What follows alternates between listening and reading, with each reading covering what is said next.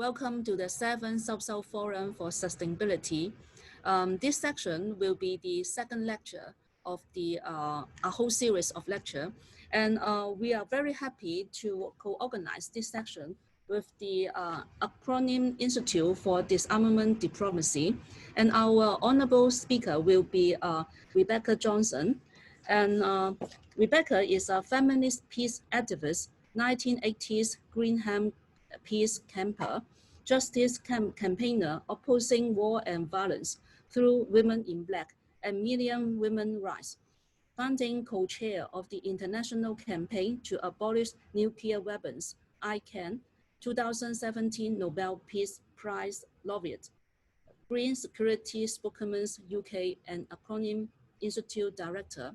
So please, Rebecca. Thank you very much. And before I begin my lecture, I just want to particularly thank all the Lingnan gardeners, Kinchi, Tsui Jade, Lai Sung, and all of you who have been supporting and enabling and participating and organizing this wonderful series of panels with the South-South Forum, and also the lectures, and for inviting me to join you again this year after we spent really very intensive time together with the lectures and the 6th South-South Forum on sustainability last year. And I learned so much from you and continue to learn from you. And I really want to thank you for all that you do to make this possible. On the screen now is that's the PowerPoint. So let's make sure it goes to play. Yeah, can you all see the PowerPoint now comfortably? My title is Black Lives Matter, Feminist Anti-Racist Challenges to National Security Discourses. But I did feel that this quote from Lao Tzu and also the hope and the inspiration of the quote that I've put next to it from Caroline Lucas, who is a long-time friend of mine and the Green Member of Parliament, the only Green.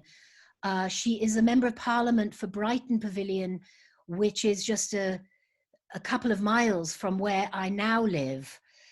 And actually you can see where I now live from the photograph, which shows the sea, the English Channel, actually me swimming in the sea on my birthday last year. And behind you can see the windmills, the wind turbines of a wind farm. And I just felt that starting with just this image, when storms come, some build walls, some are thrown by the wind, and others build windmills. And the quote, which was from a speech that I worked on with Caroline that she gave last year,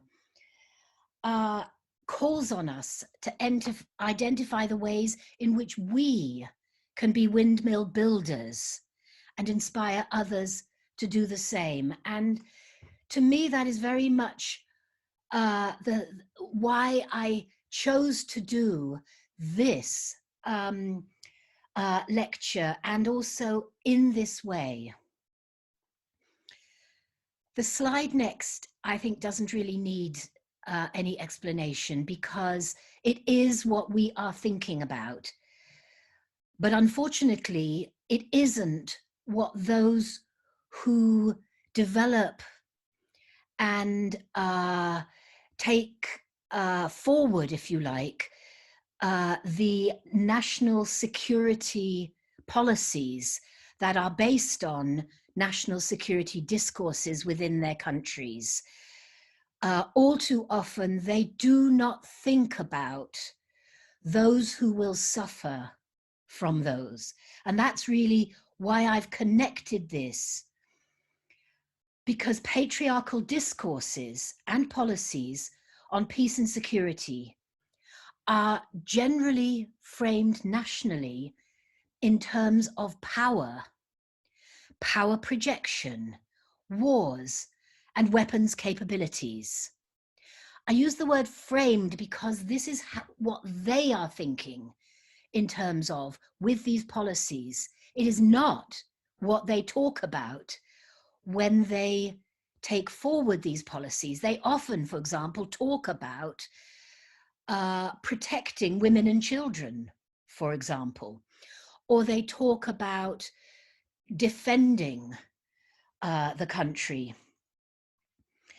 And by contrast, feminist research demonstrates that military industrialized economic systems have been and continue to be major drivers of regional and global insecurity, including environmental destruction, racist oppression, and violence against women and children. So my title takes as a starting point the Black Lives Matter actions and analyses that have surged up around the world. At the outset, I want to make clear that I do not intend to speak about Black Lives Matter as such. That would not be appropriate for me to do, as I am a white European feminist. What is appropriate, I hope, is for me to take a positive approach to this invitation from South-South Forum, the 7th South-South Forum on Sustainability, and the organizers to lecture on issues relating to security, defense, peace and disarmament, as that is my area of work and expertise. And I want to begin by openly and clearly, and even in my title, and addressing issues related to this by expressing my solidarity with the Black Lives Matter movement and by incorporating anti-racism more fully in everything I do. In accepting the kind invitation to give this lecture, I want to acknowledge not just the recent US events and police murders of Breonna Taylor, a woman killed in her home by police in the United States because they had mistaken her flat for someone else's. She was completely unarmed. In fact, she was herself someone who supported frontline services. And also, of course, George Floyd, which have been catalysts for the most recent protests. And it is even interesting to me for us to think about why it is that the murder of George Floyd, which was filmed, of course, and therefore was able to be seen by everyone around the world, is known about by almost everyone, where it is only women. I heard about Breonna Taylor, not from media at all, but from my sisters and comrades in Million Women Rise, which is a Black women's led organization going for more than 13 years in the UK, which is opposing violence against women and girls. I can actually show you a little photo if I move quickly. So I also want to recognize, this one doesn't want to move. Okay, I also want to recognize I want to recognize the very long histories of brutality and killings that have been committed not only by police and defense services, but by governments and people in positions of power and authority who kill, injure, and brutalize minoritized people all over the world, and very often do this in the name of domestic as well as national security. A panelist from India responded, oh, sorry. Yeah, I wanted to recall that I also spoke on the panel on ecological justice through social transformation last Saturday. And I mentioned that the global South also exists within the North, and that we, particularly we living in the North, have to take that into account. And these are the communities that are disproportionately affected by poverty, educational disadvantage, low pay, and sexual, racial, and/or ethnic discrimination. And I was interested that a panelist from India in that session highlighted also the global North within the global South. And I really agree with him. And I think that both need to be taken into consideration and account as we address these issues. So going back to the slide here that I was focusing on, yeah. So these communities, in my view, and we see here, this slide I chose because it shows that kind of use of militarized police in an urban setting. And we see this happening more and more. And these communities are minoritized in different ways, but they exist in all of our countries, I would contend, or at least most countries. Like a growing number of English-speaking progressives, I prefer to use the term minoritized as a verb, rather than the more familiar English word minority that's used, for example, in government literature in the UK to describe what are known as the BAME, or the Black and Ethnic Minority, or the Black, Asian and Ethnic Minority, these kinds of terms. But I don't know if this usage translates in your own languages, but I use it to draw attention to the fact that the problem is not about numbers within our societies, but about the disproportionate levels of disadvantage, inequality, vulnerability, and violence that are experienced by some communities because of the dominant practices of patriarchal national security narratives, policing, and systems. For example, women are minoritized. We're actually the majority in many countries, particularly where there has not been reproductive interference in favor of boys being born. Women are minoritized by those kind of practices, but also within and by sexist patriarchal systems, and as well as by certain dominant cultural, in some cases religious beliefs and narratives shared and used by people given power through domestic and national security structures. Femicide, genocide, and ecocide are interconnected. Black Lives Movement activists in the United States and in the many places where Black Lives Matter arguments and demands are being heard and acted on, clearly connect systemic inequality and police violence with the racist, imperialist legacies of white supremacy that have shaped our world today. But today I also want to look at how those legacies transmit through our societies in different kinds of ways. Whether we come from ancestors who colonized, or from ancestors who were themselves subjected to colonization.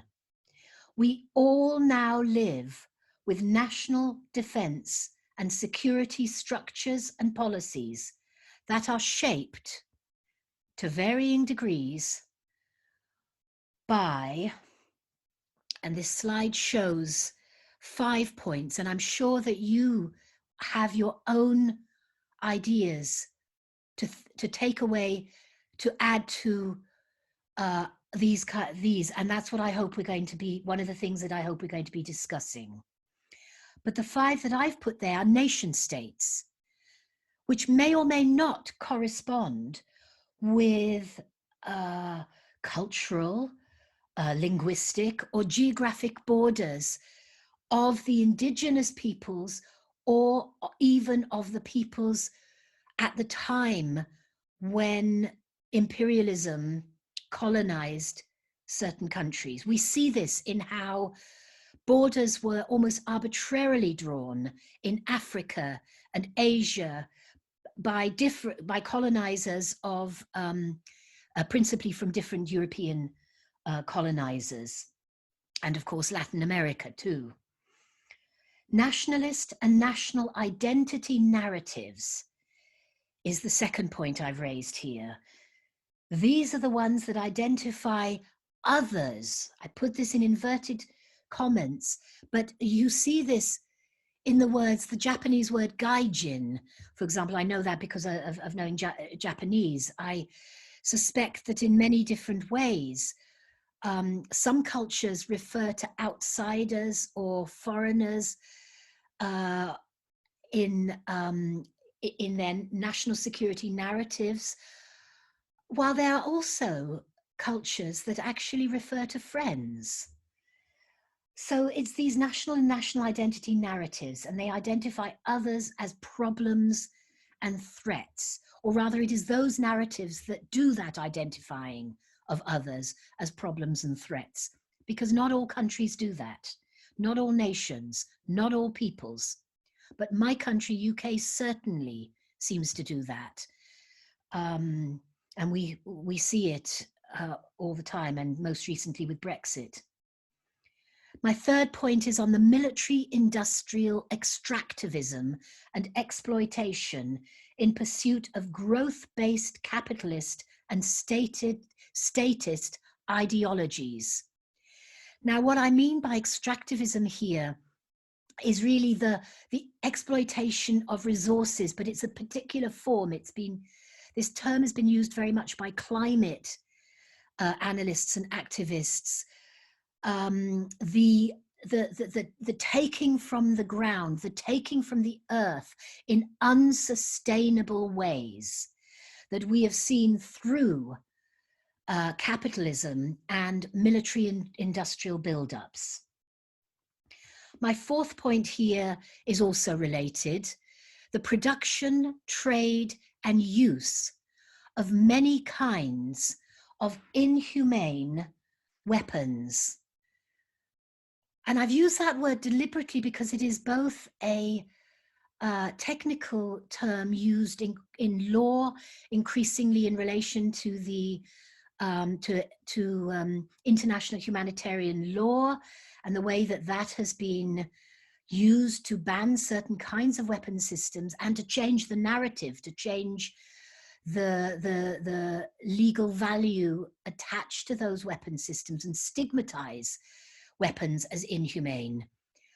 But of course, depending on your standpoint, all weapons are inhumane in their operations. They hurt, they're intended to hurt, they're intended in many cases to kill. They are used to abuse, to threaten, to control. And so I wanted to use that term inhumane weapons in a larger sense than its legal sense, and to identify literally from rubber bullets or tear gas to tanks, bombers, nuclear weapons of mass destruction. And then finally, the state-sanctioned violence that we see in domestic, national, and international affairs, and that the ways in which these are generally accompanied by patriarchal economic and social inequalities and violence perpetrated in particular or disproportionately against minoritized people domestically. So the specifics of our government's national security policies are different. But what I would like to do today is not just deliver a lecture in the traditional way, but to take forward a conversation where we can share insights from our own experiences of national defense and security practices in the countries we know best, and think intersectionally about how we can develop solidarity and play roles that will enhance feminist, anti-racist, intersectional resistance and help to change security policies and behavior in our own countries as well as internationally. The African-American lawyer, Kimberly Crenshaw, coined the term intersectionality in 1989 to describe ways in which Black women experience connecting forms and levels of discrimination and marginalization based on their race and gender. Nowadays, this term intersectionality is widely used to denote the interactions between a range of discriminations and oppressions, requiring multi-layered strategies for building justice and equality. Our environment and risk are, our environment and climate are at risk of irrevocable and existential destruction.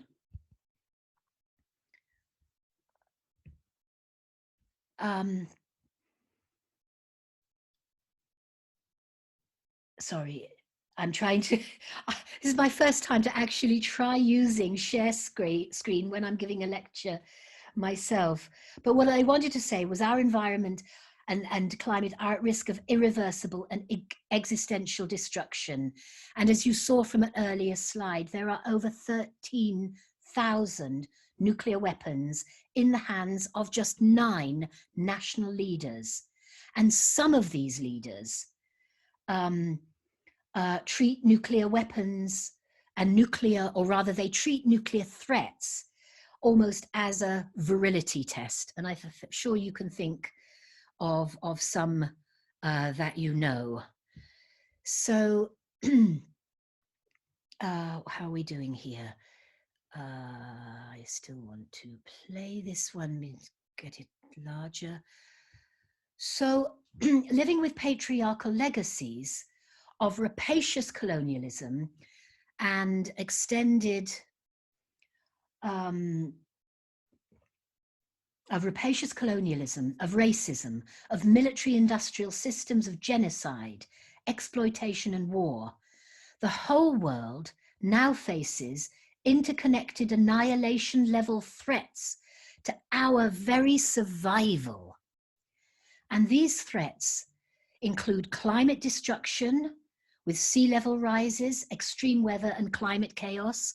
And of course, this is partly the subject for this whole South-South Forum this year, and also was the subject of a number of panels, including one that I joined last Saturday. And this also goes together with ecocide, species extinction of ourselves and all life on Earth. Also of nuclear war, which would, if nuclear weapons are used in war, this would create the climate phenomenon known as nuclear winter, which is actually abrupt global freezing that makes agriculture impossible in parts of the world, causes mass famine. Estimates relating to this, if just a fraction of about, less than 100 nuclear weapons were used in a regional nuclear war. And some of the climate scientists looked at the situation in South Asia, where we have 2 nuclear armed countries, India and Pakistan, now with over 100 nuclear weapons each. So if they just use half of their nuclear arsenals against each other's cities, this would create dust clouds that would entomb the earth and cut out light, cause climate chaos, abrupt cooling, nuclear winter, mass famine of up to or around 2 billion of the population. Think about it. The population today is 7 billion. So nearly a third of that population could be wiped out if a regional nuclear war were to occur in South Asia. It would not only wipe out those countries, not only wipe out their neighbors, although it would, or at least destroy the ability to grow food, it would wipe the most vulnerable people out in Africa, Latin America, in places where there is already food insecurity, because famine will harm the most vulnerable first and foremost. And yet Africa, all countries of Africa and all countries of Latin America and the Caribbean have joined together in their own regional nuclear weapon-free zones. They don't have nuclear weapons. They don't want nuclear weapons. They don't allow any countries to deploy nuclear weapons in their territories. And these became the leadership, the non-nuclear countries from the global south became the leadership in achieving the 2017 Treaty on the Prohibition of Nuclear Weapons. So they actually changed their national security perspectives and understandings. And recognized that in order to bring security to their own countries and people, after all, national security is considered the primary task of governments, they took the lead in the international treaty process in the UN General Assembly and negotiated and adopted the TPNW, the treaty, the Nuclear Ban Treaty, the Treaty on the Prohibition of Nuclear Weapons. Now, all nations under the General Assembly rules were invited, in fact, asked to join, were expected to participate, to eternal shame. The leaders of the nuclear armed countries and many of their allies, particularly from NATO and countries having nuclear umbrella relations such as Japan and South Korea and Australia, nuclear umbrella relations with the US, boycotted, not all of them, but most of those nuclear complicit, if you like, or nuclear endorsing countries in NATO and elsewhere. And then the final point on I wanted to draw attention to, of course, is the one that is in everybody's minds since the end of last year, and that's global health crises and rapidly spreading coronavirus type pandemics, such as we, of course, have all seen with COVID-19. This slide I just put on, just again as an illustration, because the 4 key kind of extinction level threats actually generally appear high or on the security assessments in different ways of governments, as well as defense services and national and international policymakers, as well as, of course, of progressive civil society. So why are these governments lagging behind and failing to prepare, prioritize, and urgently implement policies to prevent real-world risks such as those from turning into humanitarian catastrophes? And I think it is illustrated in this. You see Malala Yousafzai, a schoolgirl, when she was shot by religious extremists in Pakistan, in her own country, but also this cartoon, the text of which, if you can't read it, says, the government can't afford to give you an education because we've got to teach our enemies a lesson. And of course, the reason Malala was shot was because she was an educational activist, even as a schoolgirl, like the climate activists we now see coming out on climate change. So, so that's why. Yeah. So what we have to kind of ask is it because of the structures of power and leadership that currently dominate the world? Is it because too many government leaders have vested interests in denying and minimizing the climate emergency and the health emergencies, and they want to devote obscene amounts of national and international resources on militarism and deadly weapons? Is this the reason? Is it because of the government leaders and their psychologies? Is it because of the structures of power?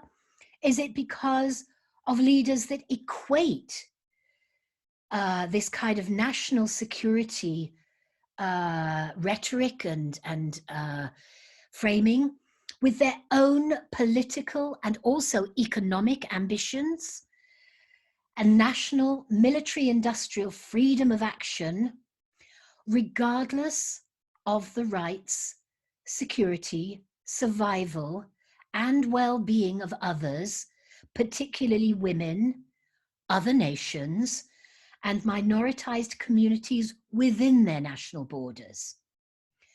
Is this because those leaders don't think, and those nuclear narratives reinforce that they don't need to think, that these kinds of lives, and I'm showing on the screen here where nuclear weapons were tested and by whom, these kind of lives are not thought by those that wield national and international power to matter as much as their own. The current dominating national security narratives and weaponry came out of the US-Soviet Cold War, which arose from the 1939 to 1945 wars.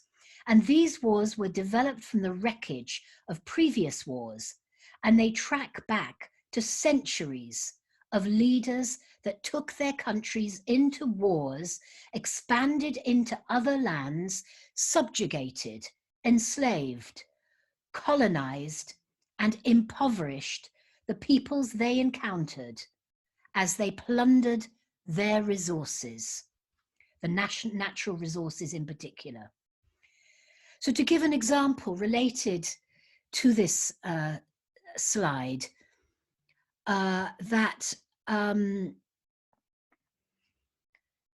deterrence, for example, viewed as a component of defense that could prevent violent conflict by signaling to potential aggressors that aggression and violence would not give them what they wanted.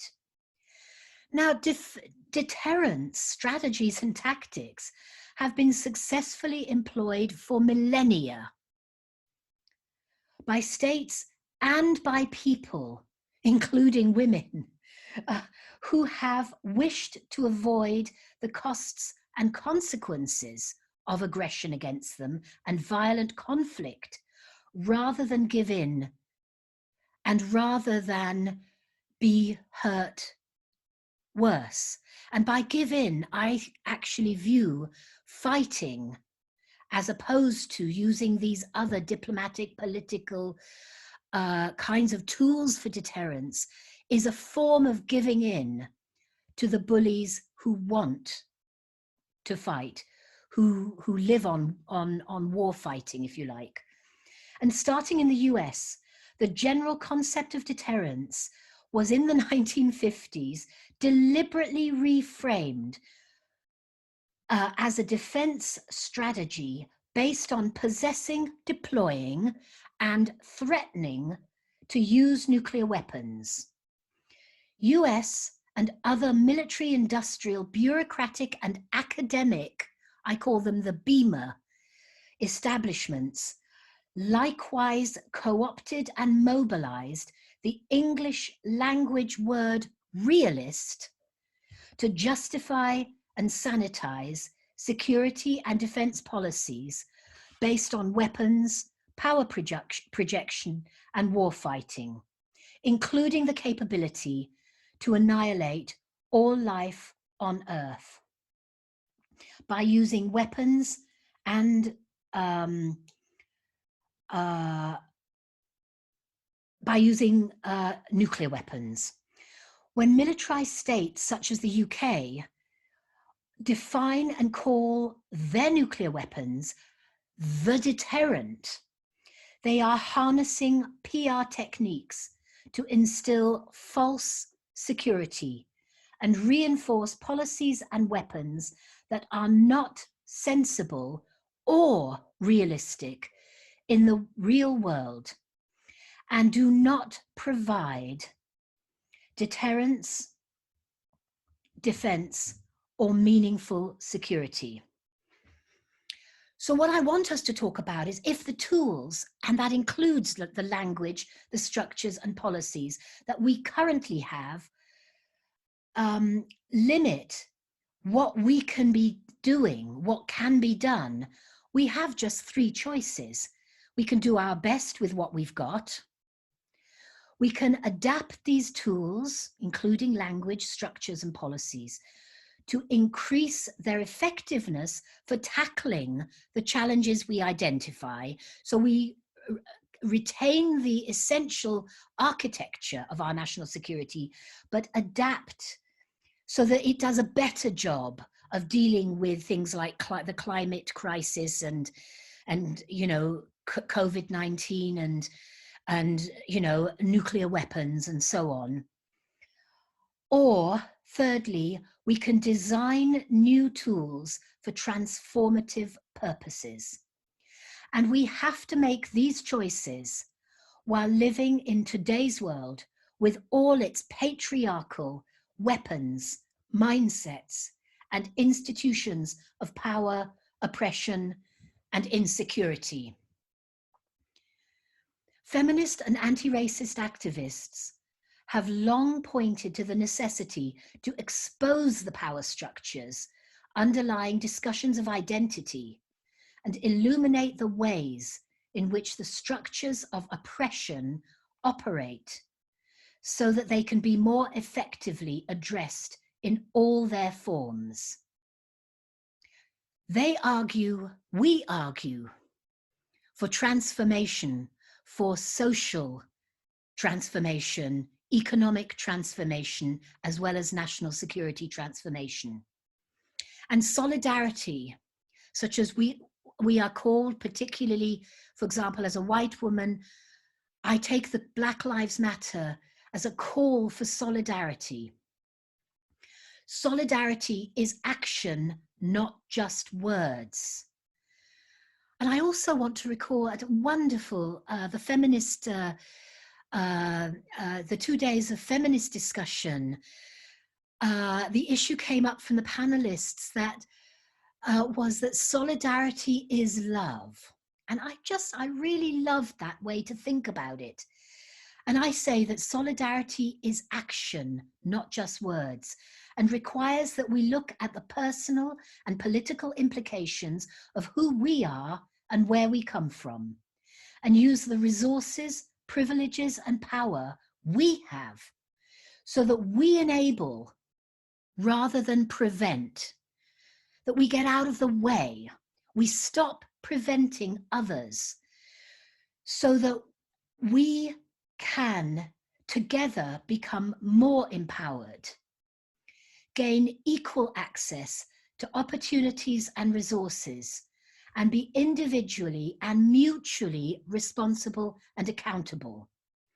These are the basics we must work for as we move forward together to build security and peace. In my final few minutes, I want to start raising just some questions. Patriarchal policies are generally framed in terms of weapons and power. And that feminists, as you see, recognize war and militarism as the armed wings of patriarchy. Militarism and war are the primary patriarchal means to project fear, project fear. They become powerful mechanisms of projecting power and control over other people. And they also enable the imposition of religious and economic systems of oppression and violence, especially against women, children, and minoritized people. From the distant past and across most, if not all, cultures, militarism has been constructed and perpetuated to subdue and defeat everyone and everything that gets in the way of those in power. So the solidarity call is for us to become those that stand in the way of power being exercised against people by our governments and country structures. And also to get out of the way of the liberation and, if you like, the transformative uprisings and calls of people seeking to live without fear, without threats, and without abuse, which are a human right. And these national security narratives continue, and power structures continue to defend and spread exploitative extraction, the seizure of natural resources, land grabs, myriad economic and religious practices, and they continue to do so. And patriarchy is an issue we can maybe ask a question about patriotism, but patriarchy certainly needs militarism to implement its wars, from scorched earth practices to doctrines of mutual assured destruction. Militarism contributes massively to environmental and climate destruction while continuing to weaponize technologies that project existential threats such as nuclear war into our future.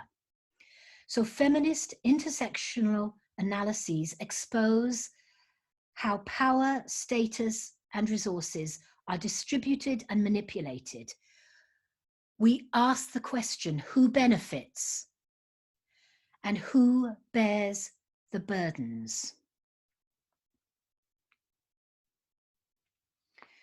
And as well as abuses of power through military industrial institutions of state and government, it's important also to pay attention to the narratives and actions of individual predators that operate in places of education, aid, and civil society, peace and development organizations, where the vulnerable are often doubly or triply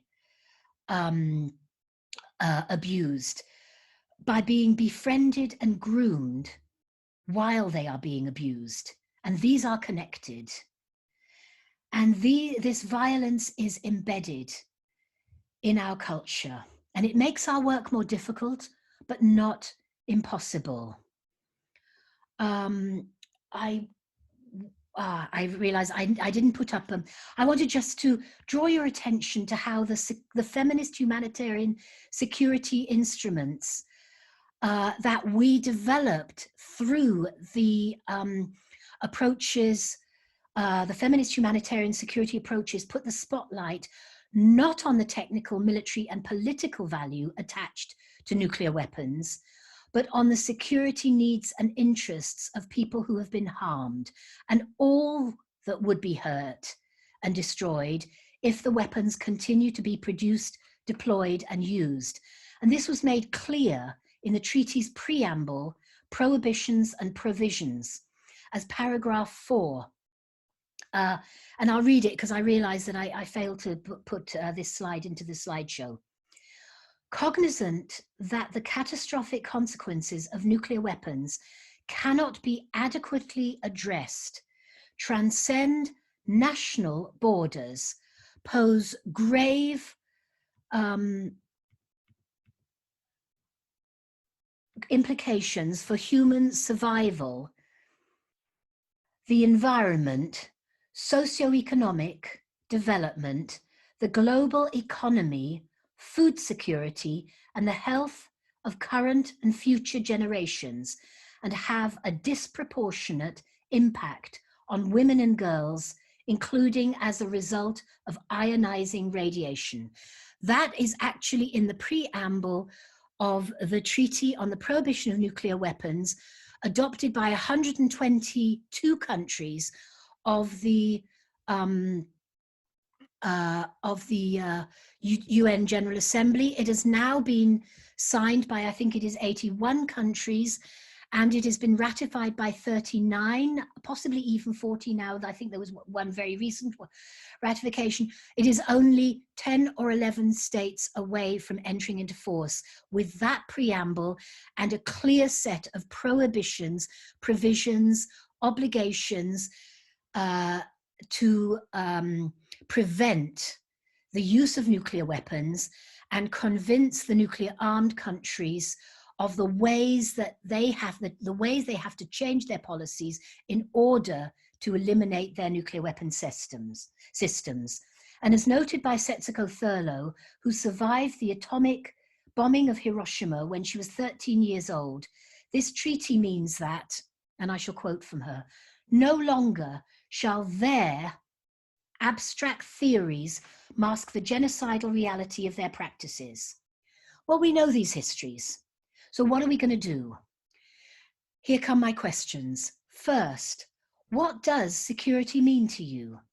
Those participating here could start putting into the chat, write a few sentences or words on some of these questions, and then we can talk. I'll start with the first 2 or 3 questions I have. So first, what does security mean to you? Do you take the lead from the national security narratives of your country, or is it something else? My second question is, who, in the context of your own country and experience, are the lives that are minoritized, marginalized, and treated as if they don't matter? How is this done? Do you accept, challenge, or resist? Why and how? And then the third question in this kind of grouping for discussion, whose lives have been treated as if they didn't matter in your country's national security policies? Reflecting on this, yesterday was a 75th anniversary of the first nuclear weapons test, codenamed Trinity, which was carried out in Alamogordo, New Mexico on the 16th of July, 1945. And I'm of the generation where strontium-90 was found in children's baby teeth due to atmospheric nuclear testing. So remember my slide. Nuclear testing and the production, deployment, and use not only of nuclear weapons, but of many kinds of weapons, illustrate why Black Lives Matter demands are fundamental to how we need to transform security and disarmament objectives, behavior, and institutions in order to prevent the twin or the triple or the quadruple, however you perceive it, threats of nuclear and climate extinction and of war, weapons buildups, and health challenges that have spread across the world, such as coronavirus. I'll leave it there and now turn back to our moderator and hope that many of you will start contributing your questions, your comments, either in chat or in person. Thank you very much.